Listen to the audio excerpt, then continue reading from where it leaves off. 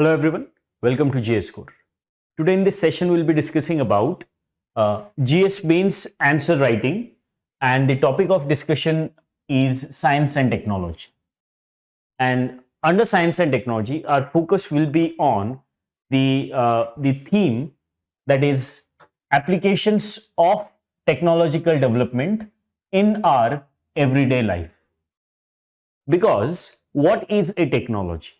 Technology is an application of science, right? So it is an application of science, and based on that application, we try to improve our life, right? So that's why if you go through previous year questions of UPSC, you'll find that most of the questions from science and technology are being asked from this particular theme, right? Applications of various technologies that they have mentioned in the syllabus.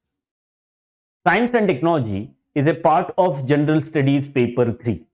And if you go through syllabus, you'll find that they have mentioned various technologies like space technology, then biotechnology, then nanotechnology, then computers and IT or ICT, robotics.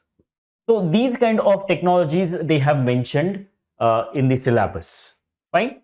Similarly, they have talked about the topics like achievements of Indians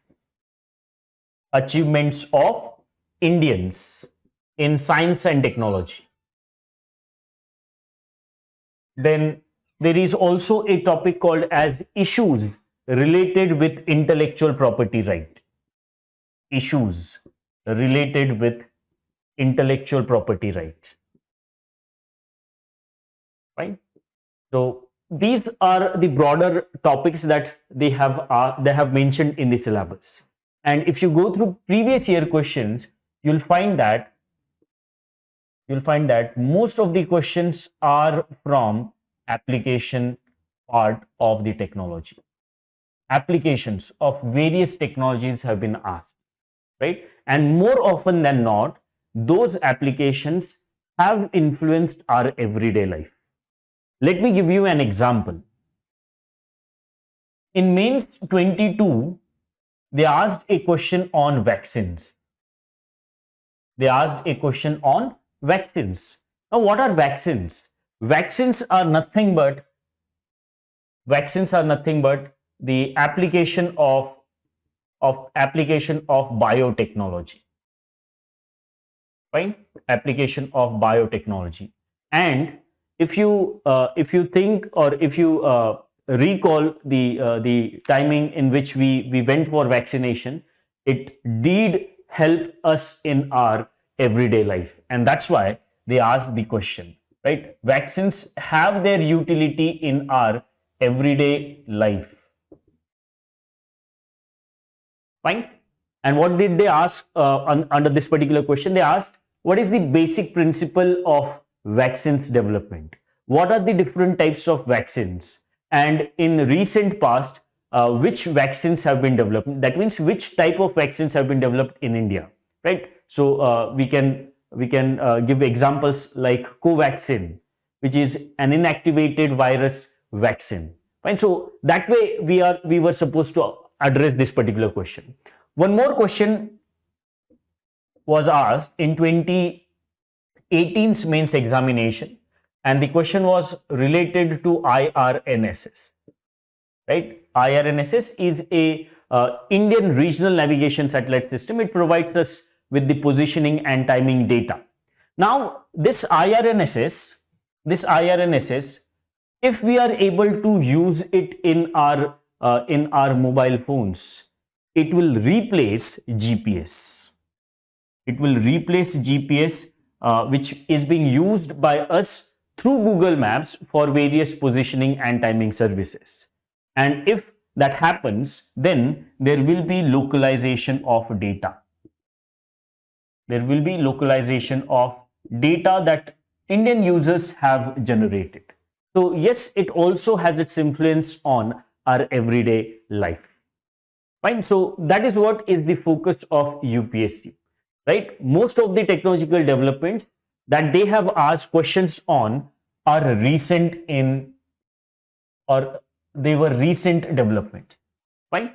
But at the same time, the though the technological developments were recent technological developments, not all technologies have their application in our everyday life, because there are certain technological developments which might not have application in our everyday life directly, but they are still important for various purposes. For example, in mains of 21, they asked a question on S400 Triumph.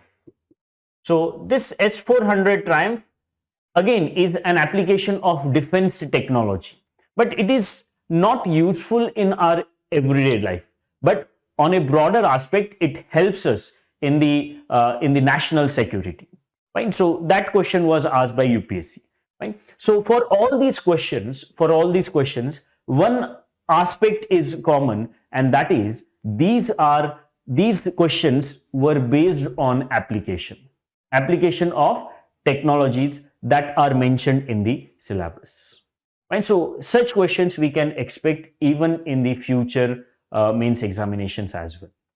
Right? Now, how to approach these kind of questions? That is the most important part of GS Mains answer writing program. How to approach the questions which are related with applications of technological developments in our everyday life.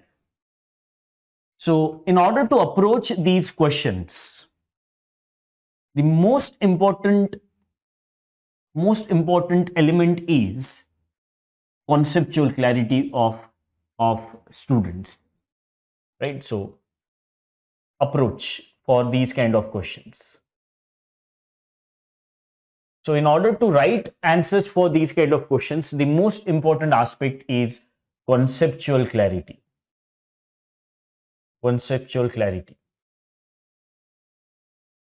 Right? Because once you have a conceptual clarity, you'll be able to write that particular answer in your own words, and that is what is expected, right? It is not that for the questions mentioned by UPSC there has to be certain exact wording. No, once you are clear with concepts, you will be able to express those that understanding of the concept in your own word, right? And one aspect of this subject is that it is objective in nature. This subject is objective in nature. That means hardly you will find questions which are asking your opinion. There was one question that UPSC asked where your opinion was also important, and that question was related to nuclear technology. What are the facts and fears related to nuclear technology, and should India pursue its Indian nuclear program for the development of nuclear energy, right? So in that case, you were supposed to take stand. So such question can also be asked for, let's say, the biotechnology, and under biotechnology, such question is expected on genetically modified crops. Should India go ahead with the use of genetically modified crops or not? So such questions will have certain subjectivity, because you may have opinion in that case. But again, there are there are not opinions which will be more than two, right? Either you will support it, or you will negate it. Again, that means there will be some objectivity in that opinion based questions, because when you write arguments in favor, there are similar arguments in favor of genetically modified crops, and when you write arguments against GM crops, there are similar arguments. There are no different arguments that you will be able to find. Fine, and that's why we can say that the subject is objective in nature, and hence more often than not, the questions that are being asked from this subject are information based questions. The questions are information based questions, and for writing good answers for information based questions, what you need conceptual clarity.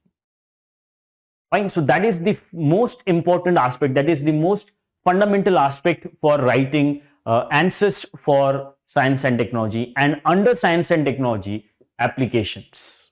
Fine. So that is first thing. Second is you should be able to write good examples. You should be able to write good examples in order to substantiate your point. Right? Let's say you are writing answer on the vaccines. Then you should not only mention about, let's say, the types of vaccines, but you should mention also about the example of vaccine that is developed on the basis of that particular type.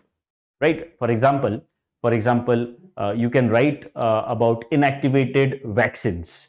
Inactivated vaccines, you can give example of polio vaccine, or you can give example of Covaxin. So that way you will be able to create more impact on the evaluator, right? So examples. And third thing that is needed is expression of your ideas to fulfill the demand of question, right? Because if you have conceptual clarity and if you are writing it in a way that is being asked in the question, that will fetch you good marks.